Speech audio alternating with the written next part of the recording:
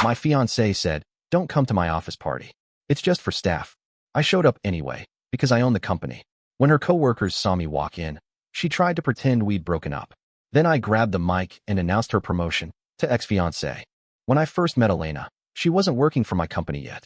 I met her at a marketing conference in Austin, back when she was an intern running around with a clipboard and too much caffeine in her system. She had this confidence that came across like sunlight, sharp but easy to believe in. I'd built my company from a dusty apartment and too many all-nighters.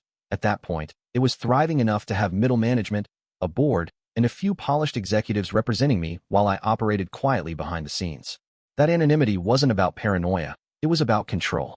I owned Haven Dynamics through a shell-holding firm called Ashbrook Ventures, and I rarely stepped into the office except for strategy meetings no one outside upper management knew about. When Elena joined Haven a year later as a PR coordinator, I didn't interfere. I wanted to see how she handled things without the shadow of my position behind her. I told her I worked in investment management, which wasn't a lie. I just omitted the part where her paycheck came from me. At first, things were normal. She loved the job, the office energy, the creative freedom. She'd come home with stories about her boss's impossible expectations and the endless stream of corporate events. But lately, her tone had changed. The stories had stopped being funny. They'd become filtered. When I'd ask how her day went, she'd shrug it off, distracted, like she was editing herself mid-sentence. Around early December, she started coming home late, always with the same line, "Team building night." That phrase started to taste bitter in my mouth. Team building 3 times a week. Sometimes she'd come home smelling like champagne.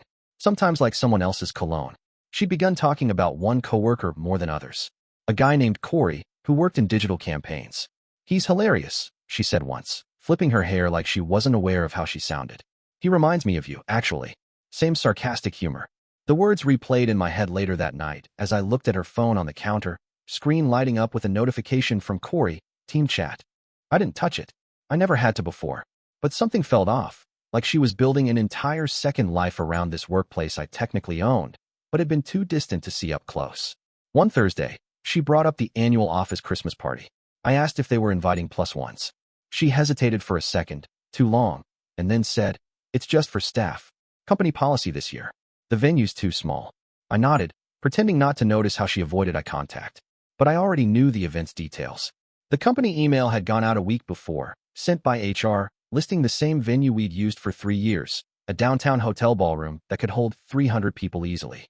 That's when I realized something was wrong. It wasn't the lie itself, it was how smoothly she said it, as if she'd practiced. That night, she picked out her outfit in front of the mirror, humming to herself. She was wearing a dark blue dress she'd bought for our anniversary last year. She never wore it since.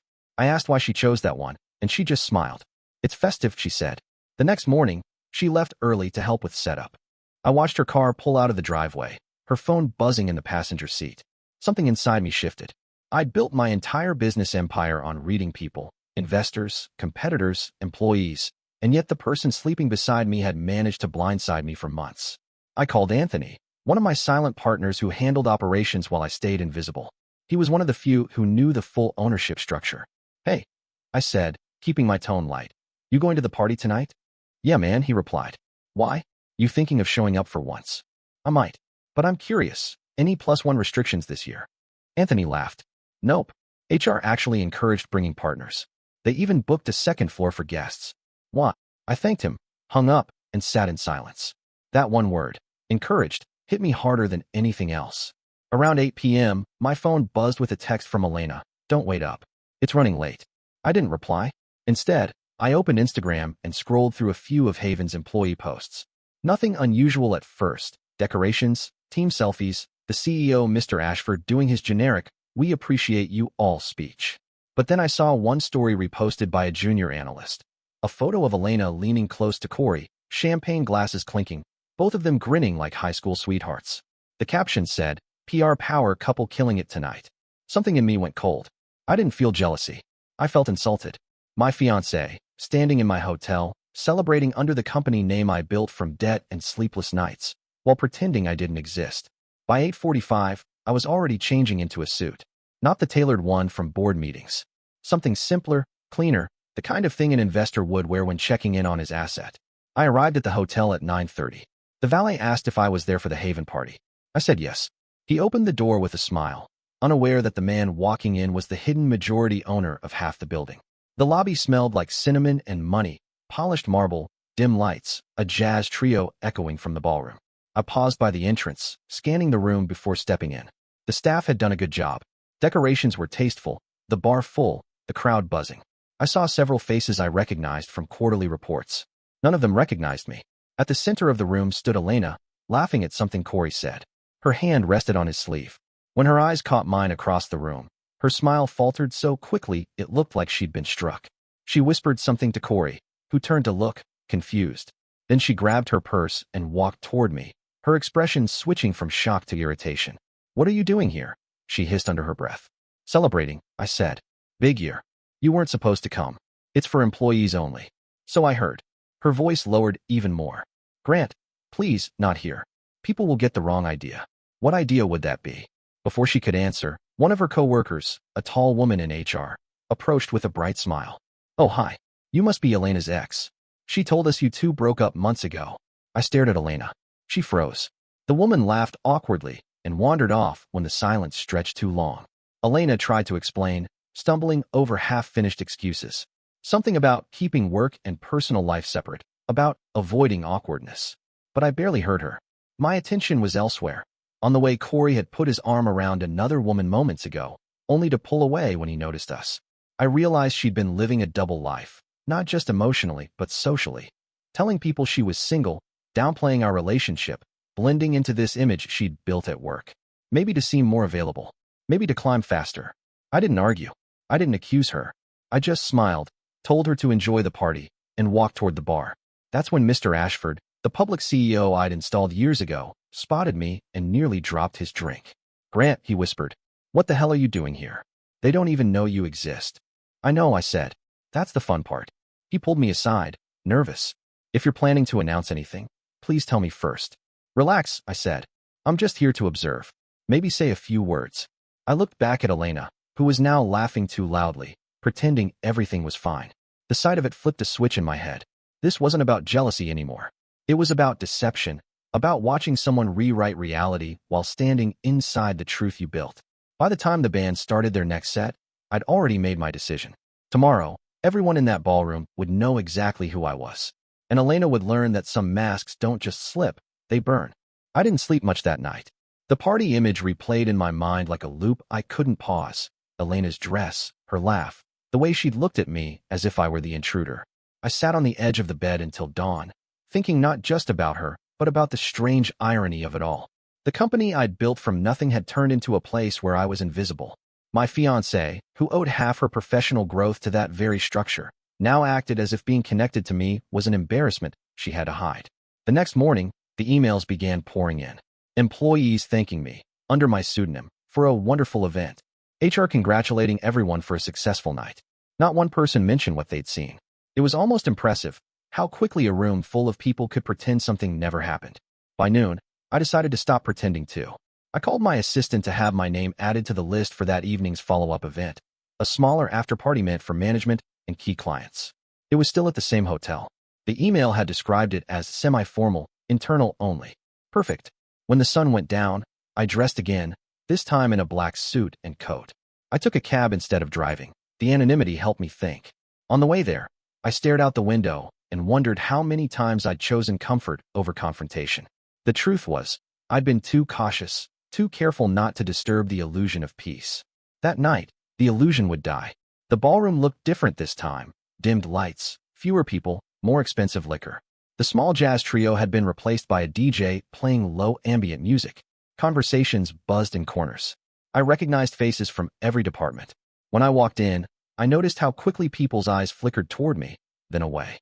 They didn't know who I was, but they sensed something. Presence has a weight when you've carried authority for too long. It shows even when you don't want it to. Elena was near the back, surrounded by her team, laughing too loudly again. Beside her stood Corey, leaning in close. She didn't see me at first. When she finally did, her posture stiffened. Her expression flickered through confusion, irritation, and panic in a matter of seconds. She whispered something to Corey, and they both disappeared toward the bar. I moved through the room slowly, exchanging small talk with department heads, the kind who spoke in polished, rehearsed tones about quarterly numbers and future growth. None of them had any idea I was the man who'd signed their contracts. That anonymity gave me freedom. It let me look at the culture of the place through unfiltered glass. And what I saw was disappointing. People chasing optics, status, flattery. The same disease that had quietly infected Elena. Eventually, I found Mr. Ashford, standing near the stage with a glass of whiskey. He looked relieved and worried all at once when he saw me. I told him to relax, that I just wanted to say a few words later. He tried to convince me to delay any formal appearance, fearing disruption, but I'd already decided that silence had cost too much. The speeches began around 9. First, HR thanked everyone for their commitment to excellence. Then a department head rambled about synergy and innovation. I stood in the shadows behind the curtain, listening. My pulse was steady. I waited until the DJ adjusted the microphone for the final, closing remarks. That's when I stepped out. The crowd turned as if a chill had passed through the room. The DJ froze. Ashford's face went pale. Someone clapped awkwardly before realizing no one else was. I walked to the center and took the microphone.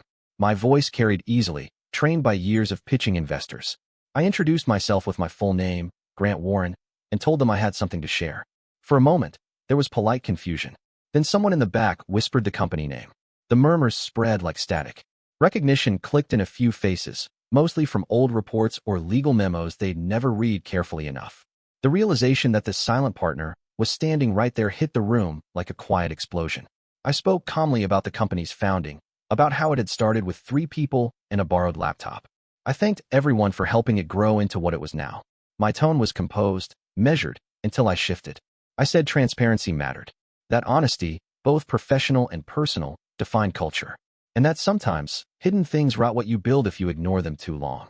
I didn't mention Elena's name immediately. I didn't need to. People began connecting dots themselves. Her department had already seen her reaction. Corey's face had drained of color. When I finally said her name, it wasn't loud. It didn't need volume. It carried authority that couldn't be mistaken for anger. I said I wanted to recognize one of our team members for her dedication to company events and her commitment to networking. Laughter rippled uncertainly across the room. Then I paused and said I had one more announcement to make, something personal but necessary. I told them that effective immediately, Elena would no longer be my fiancée. Silence hit the room like a vacuum. Some people gasped. Someone at the bar dropped a glass. I handed the microphone back and walked off the stage without another word. The reaction unfolded in real time behind me. Whispers, the scrape of chairs, someone starting to record. Elena followed me halfway across the ballroom, eyes wide, face white, mouthing words that didn't form sentences. She tried to grab my arm, but I kept walking. Outside in the hallway, the hotel's muted carpet and soft lighting felt like another world. I waited by the elevators, hearing distant murmurs from behind the door. The quiet that followed wasn't satisfying. It was sobering. The reveal had been necessary, not triumphant. I rode the elevator down alone, ignoring the messages buzzing on my phone. One from Ashford, one from my assistant, several from unknown numbers that had to be her coworkers. I didn't open any of them. I needed the silence to stretch a little longer. When I stepped into the street, the December air bit through my suit. Across the avenue, the hotel windows shimmered with reflected light, small silhouettes moving behind curtains. Somewhere in that glittering glass was Elena, surrounded by gossip she'd never escape. I walked for a while before hailing a cab. The city felt both alive and hollow. Every sound, the traffic, the laughter from nearby bars, seemed distant. I wasn't angry anymore. I was just tired of illusions, tired of pretending that surface charm meant stability. Back home, the house was quiet. Her makeup bag still sat on the counter, her coat still hanging by the door. I didn't touch any of it. I sat at the kitchen table, staring at the faint reflection of my face in the window. The night had ended exactly as it needed to. The truth had been spoken in front of everyone who mattered. What came next, I didn't yet know. But for the first time in months, I finally felt awake. By the time the sun came up, my name was trending on half a dozen corporate gossip forums. The video had spread faster than I'd thought possible. Someone at the party, probably one of the marketing interns, had recorded the entire scene from the moment I walked on stage to the second I handed the microphone back. The caption read, "When the real boss shows up and exposes his fiancée at the office party." I hadn't planned for it to go viral, but once it did, I didn't bother suppressing it. The truth didn't need spin. It needed oxygen. At 7 in the morning, I checked my email. HR had already sent a flurry of damage control messages, statements about professionalism, reminders of confidentiality, draft press responses. I ignored them all. I wasn't going to let the story get rewritten to make anyone comfortable. When I arrived at the office that afternoon, the entire floor went silent. It was strange walking through a space that was both mine and alien. I'd built it, funded it, shaped it, but until that moment, I'd been a ghost haunting my own empire. Now, everyone saw the ghost's face. I didn't go to my corner office. Instead, I stopped by the PR department, Elena's territory. The room froze when I stepped inside. Desks clattered as people scrambled to look busy. I didn't speak to her directly. She was sitting near the back, eyes red, pretending to focus on her monitor. I told the team to meet in the conference room. 10 minutes later, I stood at the head of the long table, sunlight cutting through the glass walls.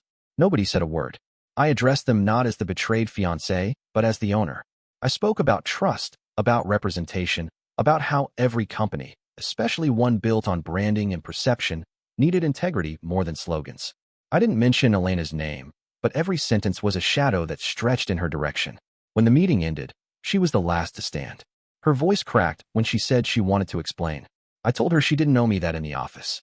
I turned and left before she could continue. Outside, the corridor buzzed with whispers. Employees who once treated me as a distant executive now looked at me like a living headline. I didn't enjoy it. Public humiliation, even deserved, corrodes everything it touches, including the person who delivers it. But it was necessary. Sometimes exposure is the only disinfectant that works. By evening, reporters began emailing. They'd found the connection between Haven Dynamics and my holding company. For years, I'd preferred anonymity to keep focus on the product rather than the founder, but now there was no point hiding. The clip had already made its way to LinkedIn and corporate gossip channels. Instead of releasing a PR statement, I posted something brief from my verified account. Leadership begins at home. Truth doesn't need a stage, but sometimes it finds one. That post was shared thousands of times in hours. Some praised me. Others called me vindictive. A few said it was a power move. They were wrong. Power had nothing to do with it. It was about showing that duplicity, no matter how personal, poisons everything it touches, including business. Elena didn't show up to work the next day. HR called to inform me she'd requested immediate leave. The official story was emotional distress. The unofficial one was that she couldn't walk into a room without people whispering. Corey, the man she'd been seeing, sent in his resignation the following morning. His email was a page long and filled with vague apologies about misunderstandings. I didn't respond. There was nothing to clarify. A week passed like a slow echo. The internet moved on, but inside the company, silence lingered. I avoided the PR floor entirely. Ashford tried to convince me to make a formal apology to calm the optics, but I refused. We hadn't done anything wrong. Transparency doesn't need an apology. On Friday, I received a message from Elena. It was short. Can we talk? Just once. I hesitated before replying. There was a part of me that still wanted closure, not forgiveness, just understanding. So we met that evening at a small cafe away from downtown, where no one would recognize us. She looked smaller than I remembered. Her confidence was gone, her posture uncertain. She said she'd panicked at the party because she was scared of how people at work would treat her if they knew she was engaged to the owner. She'd thought it would look like favoritism, that people would stop taking her seriously. That might have been believable if she hadn't gone as far as pretending to be single. Then she said something that revealed the truth behind it all. She'd started seeing Corey because she wanted to feel independent, to prove she wasn't just someone's fiancé. But the way she said it, casual, defensive, turned the confession into a justification. I didn't argue. I let her talk until the excuses ran dry. When she asked if I could ever forgive her, I told her forgiveness wasn't the problem, trust was. Once you see someone lie while smiling, you never unsee it. We parted without drama. She left quietly, clutching her purse like it held the last pieces of a life she'd dropped. That night, I sat at my desk staring at the company's charter documents. Her name appeared in one of the PR projects as lead coordinator. I considered deleting it, but I didn't. Erasing her wouldn't fix anything. The records would stay, a reminder of what happens when appearances replace honesty. Over the weekend, the story began to fade from public attention, replaced by newer scandals. But inside the building, her absence was louder than any rumor. HR launched an internal review, not because I asked them to, but because gossip had turned into something more serious. Employees claimed she'd been sharing drafts of confidential material with external consultants. When IT audited her communications, they found forwarded client lists sent from her personal email to an account connected to a rival firm. Corey's name appeared there too. That changed everything. On Monday morning, I called an emergency meeting with the legal team. They confirmed that both of them had violated confidentiality agreements. I didn't have to lift a finger. The board voted unanimously to terminate their contracts and pursue civil penalties. It wasn't about revenge anymore. It was about principle. A company can recover from scandal, but not from hypocrisy. As I left the meeting room, I thought about how surreal it was that a simple lie about an office party had unraveled into corporate espionage. What started as emotional betrayal had turned into something far uglier. That night, I drove past the hotel where it had all happened. The lights were still up for another corporate event. Different people, different laughter. But for me, that place had already become something else, a monument to exposure, to what truth looks like when it's forced out into the open. It wasn't closure I felt. It was something quieter, acceptance, maybe. The kind that doesn't heal right away, but at least stops bleeding. The fallout was far from over, but for the first time, it felt like everything false had finally been burned away. The official board meeting to close the investigation was held 2 weeks later. By then, everything that needed to surface had already done so. The digital forensics report confirmed what the legal team suspected. Corey had used Elena's credentials to access restricted project folders, forwarding proposal drafts to a competing firm that had been courting Haven's clients for months. The timing matched too perfectly for coincidence. The motive was simple. Corey had been promised a position there, and Elena had been his unknowing, or perhaps half-knowing, accomplice. I listened to the lawyers outline their findings in the sterile conference room, the kind that smells faintly of coffee and panic. When they finished, the board voted unanimously to terminate both contracts and proceed with legal action. Neither of them attended. Their attorneys sent statements filled with the usual language: confusion, miscommunication, emotional distress. But the evidence was concrete. The only gray area was whether Elena truly knew what she was helping him do. That question didn't matter anymore. Trust is binary. Once broken, everything else becomes noise. When the meeting adjourned, Ashford approached me in the hallway. His face carried that careful neutrality executives wear when they're afraid of stepping on bruises. He said the company's reputation could recover faster if I made a personal statement, maybe even a controlled interview about transparency and leadership. I told him to draft one, but make it simple: no PR gloss, no corporate slogans. Just truth. The following week, the company released a video statement. I sat behind a plain desk, speaking directly to the camera, not as a victim or a CEO, but as someone explaining a lesson in accountability. I talked about ethics, about how deception in any form, professional or personal, corrodes everything it touches. I didn't mention names. I didn't need to. The public already knew. The clip went viral again, though for a different reason this time. People called it the most honest thing a business leader had said in years. Investors who had been hesitant after the scandal started calling back. Employees began sending emails about how they respected the transparency. The irony was heavy. The very event meant to humiliate me had turned into a case study in integrity. Behind the scenes, the legal process moved faster than I expected. Corey tried to negotiate, but his involvement was too obvious. He ended up settling, agreeing to a non-compete clause and a restitution payment that would haunt him for years. Elena didn't fight the termination. Her lawyer reached out privately, asking for leniency. There was no anger left in me, only exhaustion.